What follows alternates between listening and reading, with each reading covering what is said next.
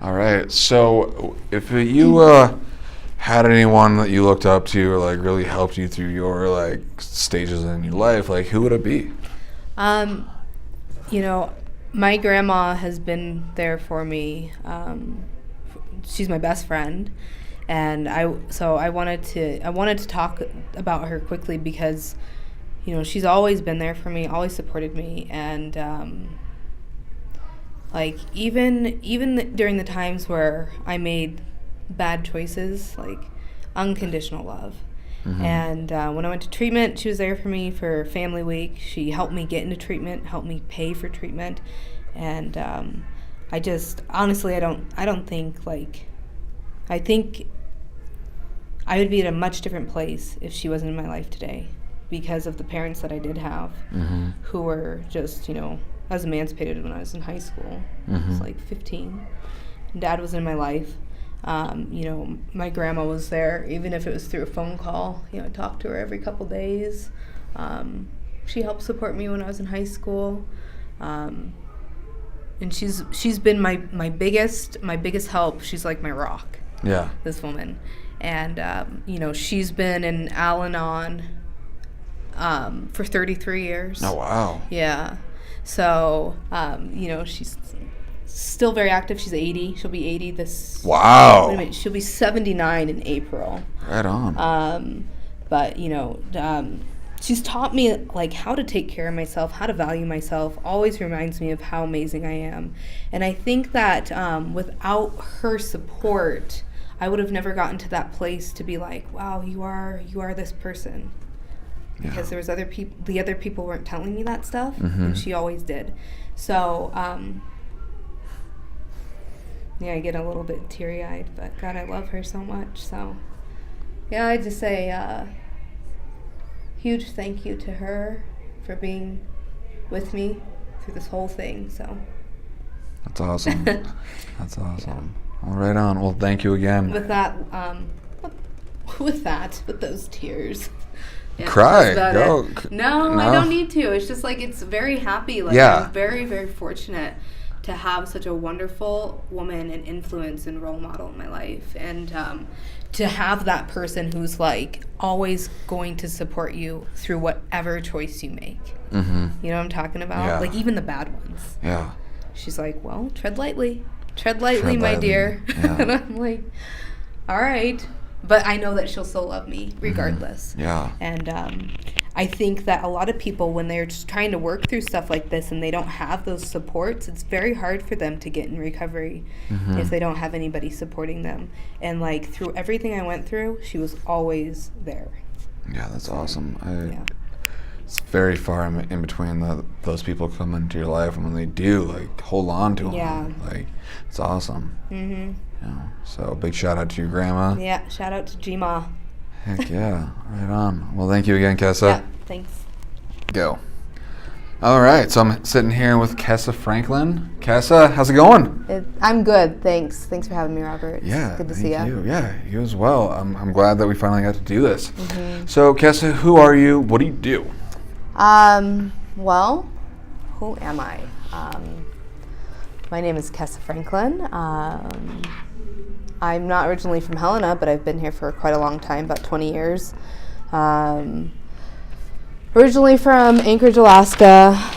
Moved down here when we were about 10, 11 years old or something, and currently in the community I work as a licensed addictions counselor and a mental health therapist intern. I'm in a graduate program at Walla Walla, Washington University. So tell me more about that. How did you get into being an LAC? Well, as you know, I'm in recovery of a few things, in recovery of an eating disorder that I've had since I was 12 years old. There's a period of my life where I was using speed, crack, methamphetamine, ephedrine, any sort of stimulant like that, primarily fueled by my eating disorder. But I did that for quite a while, like end of high school to, I don't know, early 20s. But Yeah, I mean, I've had a lot of tendencies to abuse things in the past, and I think that's how, after I got into my recovery, I think I was 20 years old when I went to treatment for my eating disorder, and I really started taking a look at other things in my life. And, once I started to get a grip on that eating disorder, I was able to get rid of some of those unhealthy habits of abusing alcohol, abusing drugs, and so I kind of, it's strange because I've always been in a helping field, as a social worker. I went to school, my undergrad was social work, and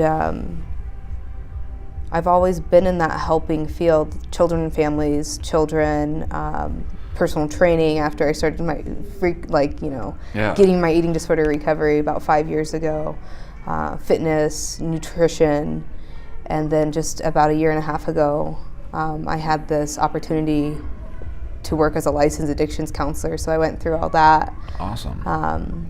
Finishing up some education in the clinical hours, and then became licensed last summer. And so why were you what gravitated you to being a social worker? I think it was probably early childhood life stuff. My brothers and I kind of had a difficult childhood, and I think the first time I met a social worker first time I can recall meeting a social worker, I was probably 7. And, going through an experience in group homes, group home foster placement type of stuff when I was around 10 years old, and meeting a social worker who wanted to help me and make sure that I was safe with my mom. And I think that's where it started. I was like, well, that person was really nice. They were looking out for me, and maybe that's what I should do, because I started pre-med at Carroll, and I was like, there's no way I'm going to pass chemistry. So I was like, I better switch to a different field where I can, communicate to people the way that I know how, which is I'm a people person. That's how I function.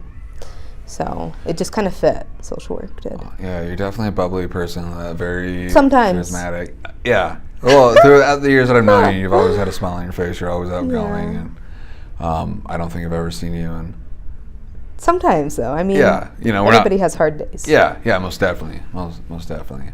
I just think when I found out that you were in that field, I was like, that fits you well. You see some people and well, what are they doing in that field? That doesn't make any sense. Right. So, with your eating disorder, and then you have competitive bodybuilding? Yeah. Do you want to talk about that? I do, yeah, I'll talk about that. So, so my eating disorder, because I am different, and people listening to this, they obviously don't know that, but I'm biracial, and, growing up in a predominantly white community, Helena, Montana, I was different from everybody else. So I struggled to really accept the way that I looked. It got me into a lot of trouble when I was younger. I was fighting, I was beating boys up, I was just a little turd. And I really hated myself, and I hated how I looked, and I hated everything about myself. And that's kind of where that eating disorder started. And I was like, if I can change myself, if I can look this way, maybe other people will really like me.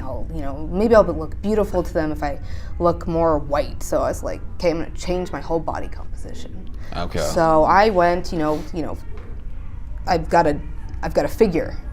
That's just how it is.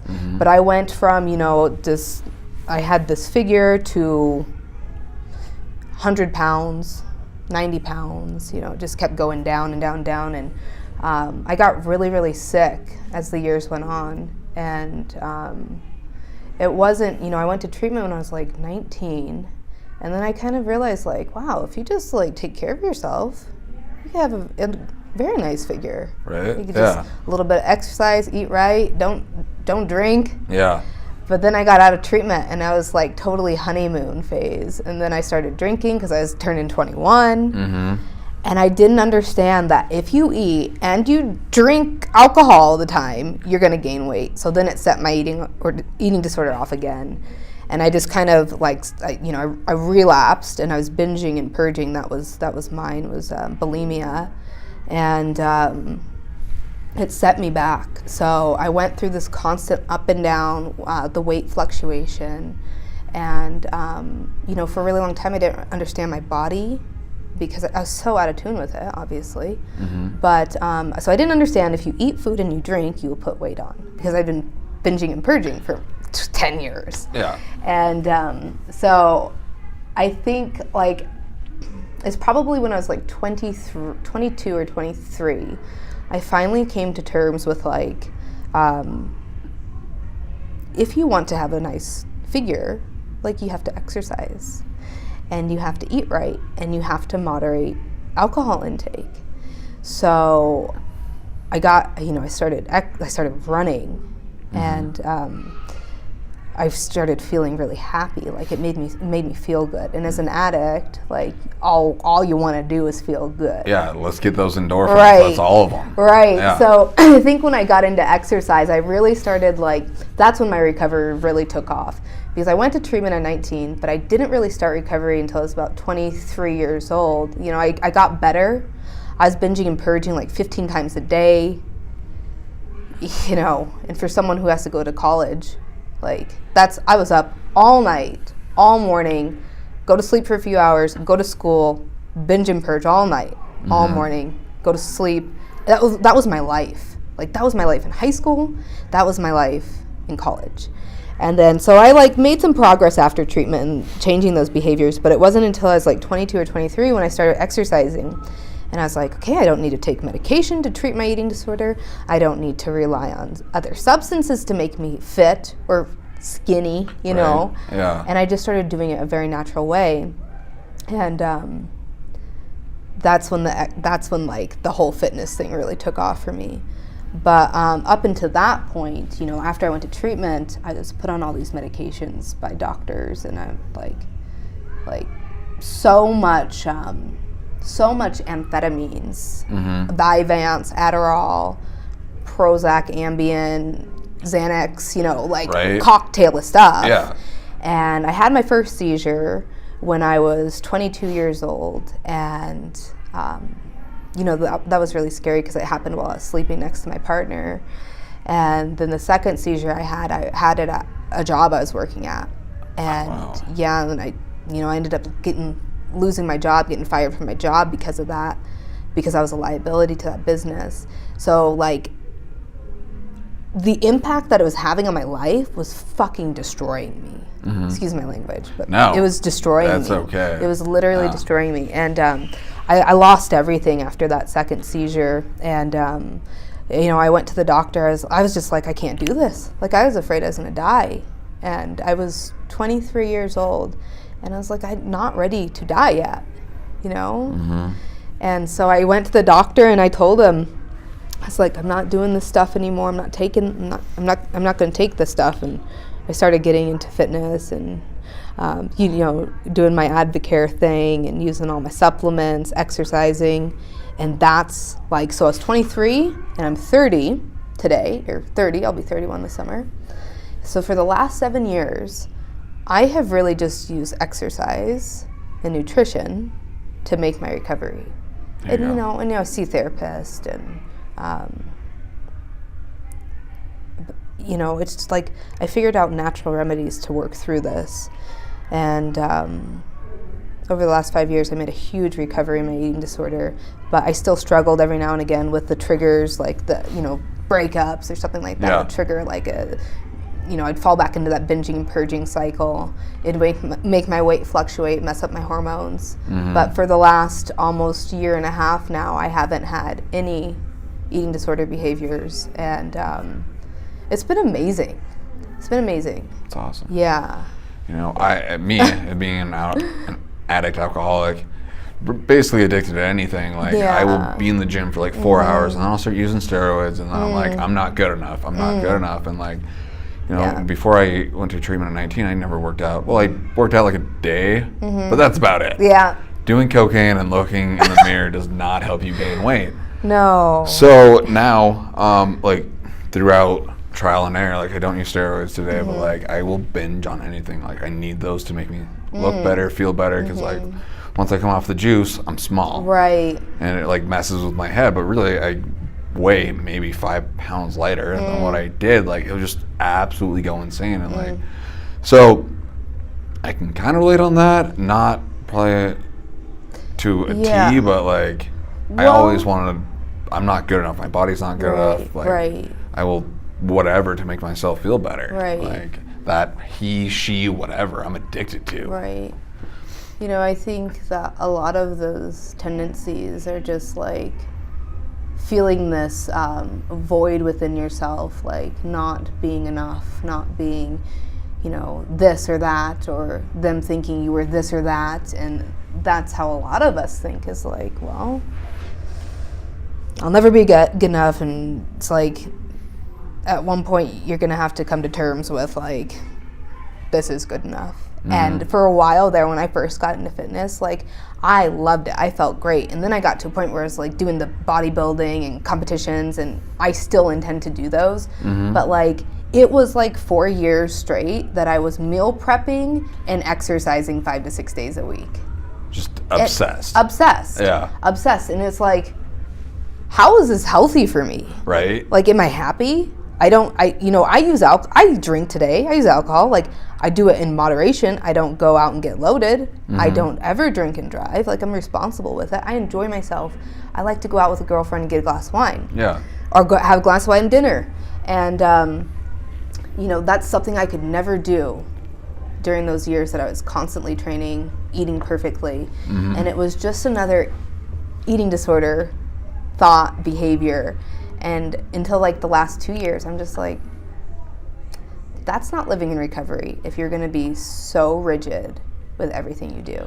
Yeah. So now exercise today is, I'm going to exercise because it makes me feel good.